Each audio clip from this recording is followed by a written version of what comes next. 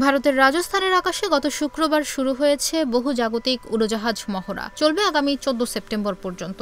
তরঙ্গ শক্তি নামের এই মহড়ায় বাংলাদেশ সহ বিশ্বের 18টি দেশ অংশ নেওয়ার কথা। বাংলাদেশ থেকে পাঠানোর কথা C-130 আকাশযান, কিন্তু বাংলাদেশ সরকার এই আকাশযান পাঠাবে না বলে এক প্রতিবেদনে জানিয়েছে ভারতীয় সংবাদ মাধ্যম ইন্ডিয়া টুডে ও দ্য প্রিন্ট।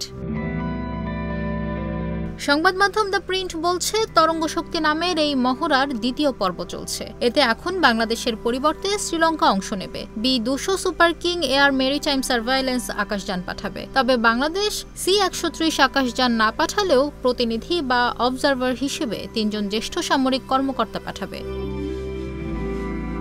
বাংলাদেশের প্রতিরক্ষা বিভাগের একটি সূত্রের বরাতে দ্য প্রিন্ট বলছে, তরঙ্গ শক্তি মহড়ার দ্বিতীয় পর্ব বাংলাদেশ বয়কট করেনি।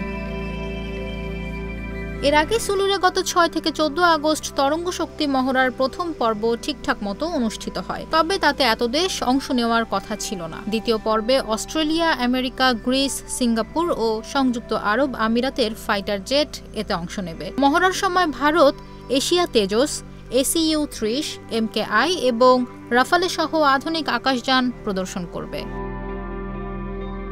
তবে এতে বাংলাদেশের আকাশযান থাকছে না। ভারতীয় সংবাদ মাধ্যম ইন্ডিয়া টুডে বলছে, গত 5 আগস্ট পদত্যাগ করে ভারতে চলে যান বাংলাদেশের সাবেক প্রধানমন্ত্রী শেখ হাসিনা। ক্ষমতায় আসে অন্তর্বর্তী সরকার। প্রধান উপদেষ্টা হন ডক্টর মোহাম্মদ ইউনূস।